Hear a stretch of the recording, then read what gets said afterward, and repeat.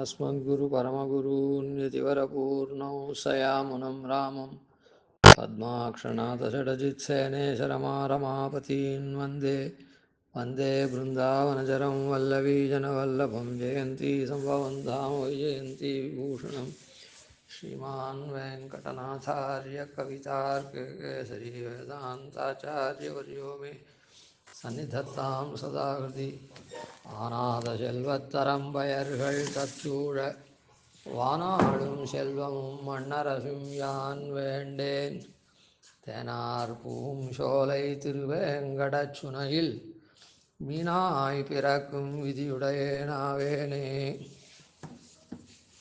இந்த பாசுரத்தில் மீனாய் பிறக்கும் விதியுடையேனாவேனே அப்படின்னு சொல்லிருக்கார். அந்த விதி அப்படின்றது இது எல்லா பாசுரத்துக்கும் அன்வயிக்கணும். கோனேரி வாழும் குறுகாய் பிறப்பேனே, ஷண்பகமாய் நிற்கும் திருவுடையனாவேனே அப்படின்லாம் சொல்கிறார். அது முன்னமே சொன்னோம். அதாவது எந்த பிறவிக்கும் உயிர் உண்டு, அதனால் பாகவத கைங்கரியம் பண்ண முடியும் அப்படின்ற காண்பிக்கிறதுக்கு மற்ற பிறவியை சொன்னால் அவளுக்கும் உண்டு அப்படின்னு சொன்னால் அவளை தாழ்ச்சியாக சொல்கிற மாதிரி இருக்கும். அதனால் தானே அந்த பிறவியை ஆசைப்படுறேன்னு சொல்கிறார். அப்படி வச்சுக்கலாம். பக்தி யோக நிஷ்டாள் அவளுக்கு பிராரப்த கர்ம அவசானத்தில் அந்த சரீரத்தில் தான், சரீர முடிவில் தான் மோட்சம். அதனால் பக்தி பிரபத்தி யோகம் நாம் பண்ணுற மாதிரி இந்த சரீர முடிவிலே மோட்சம் கிடையாது. அந்த பிராரப்த கர்மத்தில் எத்தனை சரீரம் இருக்குதோ அத்தனை சரீரத்தை எடுத்து கடைசி ஜன்மத்தில் மோட்சம் அவளுக்கு. அதனால் அவளுக்கு இந்த மாதிரி பிராரப்த கர்மத்தில் என்னென்ன மாதிரி வருமோ அது எதுவாக இருந்தாலும், எந்த பிறவியாக இருந்தாலும் அது திருவேங்கட மலையில் இருந்தால் நல்லாயிருக்கும், பாகவதாளுக்கு கைங்கரியம் பண்ணுற மாதிரி அமையும் அப்படின்னு சொல்கிறார் அப்படின்னு எடுத்துக்கணும். அல்லது இவரே பக்தி யோக நிஷ்டர், இவரே பக்தி யோக நிஷ்டர்னால் அப்புறம் பிரபத்தி பண்ணலையா அப்படின்னு கேள்வி வரக்கூடாது. ஸ்ரீமன் நாதமன் இவள் கூட பக்தி யோக நிஷ்டர் தான். அதுக்கப்புறம் நம்மாழ்வாருண்டேந்து உபதேசமெல்லாம் வாங்கிட்டாவிட்டு பிரபத்தி பண்ணவர். அப்போ ரெண்டுத்தையும் பண்ணலாமா அப்படின்னு ஒரு கேள்வி, பண்ணக்கூடாதேன்னு ஒரு சந்தேகம் வருது. அது என்னதுன்னு சொன்னால், பக்தி யோகம் பண்ணாவா கால விளம்பத்தை, அதான் இப்போ சொன்னமே பல பிறவிகள் இருக்கும் பிராரப்த கர்மத்தில், அந்த பிறவியெல்லாம் எடுத்துட்டு தான் மோட்சம் போக முடியும்னு. ஆனால் மாதிரி அந்த கால விளம்பத்தை பொறுத்துக்குள்ளேன்னா முதல்ல பக்தி யோகம் சக்தி இருக்குதுன்னு ஆரம்பித்தா பண்ணிட்டா பக்தி யோகம் நன்னா நடந்துட்டு வருது. இருந்தால் கூட கால விளம்பத்தை பொறுத்துக்க முடியாத ஒரு தன்மை வந்துடுத்துன்னா உடனே பிரபத்தி பண்ணி மோட்சத்துக்கு போகலாம். இப்போது ஒரே பலனை குறித்து தான் ரெண்டு உபாயம் பண்ணக்கூடாது. பிரபத்தி கூட 2 தடவை பண்ணக்கூடாது. இப்போது பிரபத்தியை 2வது தடவை பண்ணுறோம். எப்படி? மோட்சத்துக்காக ஒரு பிரபத்தி. 2வது நாம் பண்ண தப்புக்காக அபாய சம்பளவே சத்யா பிராயசித்தம் சமாச்சரேத் பிராயசித்திரியம் சாத்திர யத் புனഃசரணம் விரஜேத் அப்படின்னு மறுபடியும் சரணாது. அதனால் அது மோக்ஷார்த்த பிரபத்தி. இது பண்ணின பாப்பம் நாம்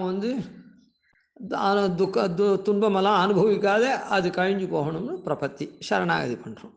சரி, அந்த மாதிரி வெவ்வேறு பலன். அதுப்போ பக்தி யோகத்தில் அவன் என்ன பண்ணால் மோட்ச பலன் தான் கேட்டாள். அதில் ஒன்றும் சந்தேகம், பக்தி யோகத்துக்கு மோட்ச பலன் தான், மோட்சார்த்தம் தான் பக்தி பண்ணால். இப்போ பிரபத்தி மோட்சார்த்தம் தானே பண்ணுறா அப்படின்னா அப்படி இல்லை. அந்த பக்தி யோகம் பிராரப்த கர்ம அவசானத்தில் மோட்சம், இது அப்படி இல்லை, கேட்குற போதே மோட்சம். அதனால் பலம் வித்தியாசப்பட்டுருது, புரியுதா? அதனால் அந்த ரொம்ப நாள் கழிச்சு கிடைக்கிற பலன் வேணால் எனக்கு இப்போயே ஒன்றும் பலன் அப்படின்னு கேட்குறதுனால பலன் பேதிக்கிறது வித்தியாசம் இருக்கிறதுனால அந்த பிரபத்தி பண்ணலாம். ஏன் இவர் எப்படி பக்தி யோக நிஷ்டர் அப்படின்னு சொன்னால் இவருடைய பாசுரத்திலே அது தெரியுது. நின்னையே தான் வேண்டி நீள் செல்வம் வேண்டாதான் தன்னையே தான் வேண்டும் செல்வம் அப்படின்னு வித்துவக்கோடு பாசுரத்தில் சாய்க்கிறேன். நான் என்றைக்கோ செல்வத்தெல்லாம் வேண்டினேன், ஐஸ்வர்யத்தெல்லாம். இப்போ நான் அதெல்லாம் வேண்டவே இல்லை. அன்றைக்கி வேண்டினது இப்போ வந்துட்டுருக்குது. நின்னையே தான் வேண்டி நீள் செல்வம் வேண்டாதான். இன்றைக்கி நான் என்ன பண்ணுறேன், உன்னையே வேண்டுறேன், உன்னுடைய கைங்கரியம் தான் ஒன்றுன்னு வேண்டுறேன். ஆனால் நான் இந்த நீள் செல்வம் இருக்குது இதை நான் வேண்டலை. நான் அப்படி அதை வேண்டாது இருக்குச்சே தன்னையே தான் வேண்டும். இப்போ என்ன பண்ணுறதுன்னா என்றைக்கோ நான் கேட்டது இன்றைக்கி எனக்கு வந்துட்டுருது. அதனால தான் இவர் ராஜாவா அதுவா மேலே மேலே உத்தரம் இதுவாக இருந்துட்டுருக்கார். அதனால் இவர் பக்தியோக நிஷ்டலாக இருந்து அதுக்கப்புறம் பிரபத்தி ஆழ்வாரானதுனால பிரபத்தி பண்ணலாம். அதனாலையும் தப்பு இல்லை. இந்த மாதிரி 3 விதமான சமாதானத்தை இதுக்கு கொள்ளலாம். 3 விதமான வழி இருக்குது. அதனால் இப்படி பிறவி அவர் இது பண்ணுறார். அது மாத்திரம் இல்லை, இந்த செய்திலேயே இவர் என்ன பண்ணிருக்கார் பூர்வார்த்தத்தில் பாருங்கள். ஆனாத செல்வத்தரம்பயர்கள் தற்சூழவானாலும் செல்வமும் மன்னரசும் யான் வேண்டேன். இப்போ இவர் ராஜாவாக இருக்கார். ஆனால் ராஜாவாக இருக்கிறதுனால சௌக்கியம் உண்டு உறங்கி எல்லாம் பண்ணிட்டு இருக்கிறதுனால ஊனேறு செல்வத்துடல் பிறவி யான் வேண்டேன். மதான்னு என்னது கொழுப்பு ஏறி போய் நல்லா சதப்பட்டு போட்ட சரீரம் வளர்கிற மாதிரி இருக்கிற செல்வம் எனக்கு வேண்டான்னு முதல் பாசுரத்தில் சொன்னேன். இது மாத்திரம்தான் வேண்டாமா? இல்லை, ரொம்ப ஊர்வசியெல்லாம் டான்ஸ் ஆடுற மாதிரி இதுக்கு தேவலோகத்துக்கும் அனுபவம் உனக்கு இருந்ததுன்னா அதுவும் ரெண்டும் சேர்ந்தா கூட எனக்கு வேண்டாம் அப்படின்ட்டு. இது எப்படி ஒரே பிறவியில் இவர் கிடைக்குமா? சாதாரணமாக தேவலோகத்தை உத்தேசித்து சொல்லியிருக்குது சாஸ்திரத்தில். இல்லை, இன்னென்ன மாதிரி யாகங்கள்லாம் பண்ணால் இன்னென்ன மாதிரி நீ தேவலோகத்துக்கு போகலான்னு சொல்லியிருக்கு. அப்போ அந்த யாகமெல்லாம் பண்ணால் எப்போ போக முடியும்? இந்த சரீரம் விட்டு தான் அப்புறம் போக முடியும். அப்படி இருக்குச்சே ரெண்டும் ஒன்றாவே படிச்சிருக்க இந்த பாசுரத்தில். ஆனாத செல்வத்தரம்பயர்கள் தற்சூழ வானாளும் செல்வமும், வானாளக்கூடிய செல்வம் மன்னரசும் யான் வேண்டேன். இது ரெண்டும் வேணான்னு சொல்லிட்டு சேர்ந்து இருக்கிறத எப்படி அப்படின்னு சொன்னால், ஆனாத செல்வத்து அது தேவலோகமும் இதுவும் எப்படி கிடைக்கும்னா, சில பேருக்கு இப்போது திருசங்கு இருக்கார். அவர் விஸ்வாமித்திரை போய் ஆசிரியிச்சார். விஸ்வாமித்திரர் தன்னுடைய தப்போபலத்தினால திருசங்கு இந்த மனுஷனாக இருக்கவே சொர்க்கத்துக்கு அனுப்பிச்சார். என்னமோ இந்திரன் என்ன பண்ணா, என்னடா அது இந்திர பதவிக்கு வந்துட்டானே, நமக்கு ஆபத்து வந்துடுத்தே அப்படின்னு இந்திரன் ஒரு வஞ்சனை பண்ணார்.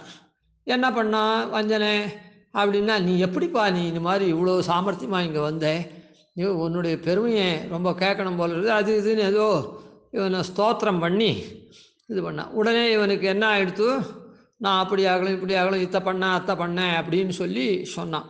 சாஸ்திரம் என்ன சொல்கிறதுன்னா, தர்மஹா க்ஷரதி கீர்த்தனாத். இல்லை, தாம் பண்ணின தர்மத்தை நான் இப்படி பண்ணிட்டேன் அப்படி பண்ணிட்டேன், அதை பண்ணேன் ஆளை பண்ணேன் தோலை பண்ணேன்னு சொன்னேன். இந்த க்ஷரதி கீர்த்தனாத், அந்த தர்மத்தை நான் இப்படிலாம் பண்ணேன் அப்படின்னு சொன்னாலே அந்த தர்மம் அழிஞ்சு போடும். அதனால் என்ன ஆச்சுன்னா, இவன் நான் அப்படி பண்ணேன் இப்படி பண்ணேன்னு ஏதோ பெருமையை சொன்ன உடனே, அதுக்காக தான் அவன் வஞ்சனையாக கேட்டதே, இவன் சொன்ன உடனே அவன் எதிர்பார்த்தபடிக்கு திருசங்கு உடனே மேலேருந்து கீழே விழ ஆரம்பிச்சிட்டான். அந்த கதை மேலே போகிறது. விஸ்வாமித்திரன் நடுவில் அப்படியே மறுபடியும் விஸ்வாமித்திரன் அப்படியே அவனை நடுவில் வச்ச திருசங்கு சொர்க்கம் நடுவில் இருக்குது. அந்த கதை மேலே போட்டோம். அதனால் சில வியக்தி விசேஷங்கள் சில சமயத்தில் இந்த சரீரத்தோட கூட, ஏன் தசரதர்னு பேர் அவருக்கு, ஏன்னா 10 திக்கிலையும் அவர் ரதம் ஓட்டக்கூடிய சாமர்த்தியசாலி, அவருடைய ரதம் அப்படி போகும்னு. இப்போ 10 திக்கு என்னது? திக்கு 4, கிழக்கு தெற்கு மேற்கு வடக்கு, விதிக்கு தென்கிழக்கு தென்மேற்கு வடமேற்கு வடகிழக்குன்னு 8 தான்.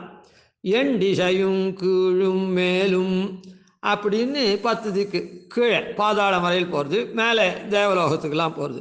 அதனால் தசரதர் அப்படி தேர் ஓட்டின்னு போனார் அப்படின்னு இருக்குது. அதனால் சில வியக்தி விசேஷங்களுக்கு இந்த சரீரத்தோடவே தேவலோகம் போகக்கூடிய ஒரு புண்ணிய விசேஷம் அமையும். அந்த மாதிரி இந்த கொல்லினார்க்கரை கூடல் கோமான், கொல்லி காவலன் கூடல் நாயகன் கோழிக்கோன் அப்படின்னு சொல்கிற மாதிரி தேவலோகத்துக்கும் இவர் நாயகர் ஆனாக்கா, அப்படி ஆனால் என்ன பண்ணுவார், தேவலோகத்தில் அந்த ரம்ப ஊர்வசி மேனகையொடு திலோத்தமய ரம்பை உருப்பசி அரவர் வெள்ளி மயங்கி அப்படின்னு கண்ணன் குழல் வச்சு அவள்லாம் கூட வெட்கப்பட்டு இது பண்ணுறா அப்படின்னு சொல்லப்படுறது. அந்த மாதிரியான அந்த அவள் அந்த தேவலோகத்து மங்கையெல்லாம் தேவலோகத்தில் என்ன ஆனந்தமாக களி களி நடனம் புரிஞ்சாள்னா அதை பார்த்துட்டு இருக்க வேண்டியது தானே என்ன காரியம் தேவதைகளுக்கு. அதனால் அந்த மாதிரி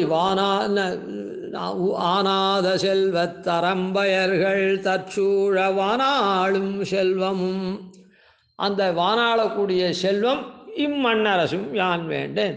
கீழ்ப்பாசத்தில் ஊனேறு செல்வம் தானே வானான்னு சொன்னேன். அங்கே இருக்கக்கூடியவாளுக்கு ஆனாத செல்வம் இருக்குதே. அந்த அந்த செல்வம் என்ன, அதாவது இங்கே இருக்கவாளுக்கு பிறப்பு மூப்பு இறப்புன்னு, அவளுக்கு தேவனா இது பண்ணுறதோடு சரி, அதுக்கப்புறம் அவளுக்கு மூப்போ இறப்போ கிடையாது. அதனால் அமரா நிர்ஜரா தேவாகான்னு அமராளாக இருக்கா, மரணம் இல்லாதவாளாக இருக்கா. அதே மாதிரி நிர்ஜரா ஜர இல்லாதவாளாக இருக்கா. அப்படின்றதுனால ஆனாத செல்வம், என்றைக்குமே யௌவனமாக இருக்கக்கூடிய செல்வத்தை உடையவர்கள் அப்படின்னு, அது அப்படி இருக்கக்கூடிய தேவமங்கைகள். அப்படின்னா அந்த தேவலோகத்தில் இவர் வானாளும் செல்வம் இவருக்கு இருந்ததுன்னா இவருக்கும் அந்த மூப்புலாம் இல்லை.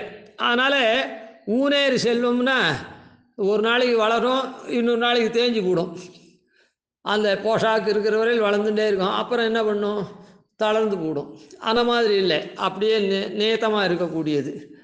அதனால் அப்படியா இருந்தால் கூட எனக்கு வேண்டாம். வானாளும் செல்வமும் மன்னரசும் யான் வேண்டேன். பின்ன என்ன வேணும்? தேனார் பூம் சோலை திருவேங்கட சுனையில். தேனார் பூம் சோலை, தேன் அப்படின்னு சொல்கிறது. தேனார் அப்படின்னா தேன் மிகுந்ததான சோலைகள் அப்படின்னு அர்த்தம். தேன் மிகுந்து என்னது, சோலையில் என்ன இருக்கும், புஷ்பம் இருக்கும். தேனார் பூஞ்சோலைன்னே சாய்ச்சுட்டு, அதனால் அந்த தேன் மிகுந்ததான புஷ்பத்து சோலைகள். அதனால் புஷ்பத்தில் நிறைய தேன் இருக்கக்கூடியதான அப்படிப்பட்ட சோலைகள்.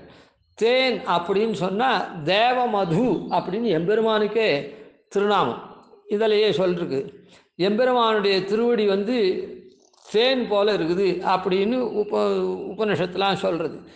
அதனால் தேவமது எம்பெருமான், எம்பெருமானுடைய திருவடி மது அதுலேருந்து பெருகிறது. எம்பெருமானுடைய திருவடியிலேருந்து தேன் அப்படின்னு சொல்லப்படுறது. அதனால் அந்த தேன் புஷ்பம் அப்படின்னு, தேனார் பூம் சோலை, பூவோடைய சோலை அப்படின்னு சொல்லுது. புஷ்பம் அப்படின்றது என்னதுன்னா அதை உடைய புஷ்பம். அந்த புஷ்பம் என்னது அப்படின்னா இந்த ஆத்மா தான். அஹிம்சா பிரதமம் புஷ்பம், புஷ்பம் இந்திரிய நிகிரகா, சர்வபூத தயா புஷ்பம், க்ஷமா புஷ்பம் விசேஷதா, ஞானம் புஷ்பம், தப புஷ்பம், தியானம் புஷ்பம், ததைவச்ச சத்தியம் அஷ்டவிதம் புஷ்பம் விஷ்ணு பிரீத்திகரம் பவேத். விஷ்ணுவுக்கு பிரீத்தியாக இருக்கக்கூடிய இந்த 8 குணம், இந்த 8 குணம் எங்கே இருக்கணும், ஆத்மாவில் இருக்கணும். இல்லை, அது நாம் கொண்டிருக்கணும். அதனால் நிறைய நன்மலர் நாடி அப்படின்னு சொன்னார். முக்த தசையில் சொல்லச்சே நன்மலர் சோதியோ அப்படின்னு முக்தாத்மாவை சொன்னார். இங்கே ஜீவாத்மாவை சொல்லச்சே திருக்குறுங்குடியில் நிறைய நல்மலர் நாடி அப்படின்னு சாச்சே. அதனால் இந்த மலர்ன்றது அப்போ விஷ்ணுவுக்கு பிரீத்தியை பண்ணி அஹிம்சாதிகளோடு விளங்கக்கூடிய பாகவதர்கள். அதனால் அப்படிப்பட்ட பாகவதர்கள் எதை கொண்டிருக்கா, எம்பெருமான் மதுவாக இருக்கிற தேனை கொண்டிருக்கா. அதனால் தேனார் பூம் அப்படிப்பட்டதான சோலை. சோலைனா அதாவது செடி கொடி அதெல்லாம் இருக்கக்கூடியது. அதான் இந்த திருத்தங்கா கா சோலைன்னா கா சோலை எல்லாம் அது பர்யாய பதங்கள். அதனால் எம்பெருமானே ஒரு சோலையாக இருக்கான்.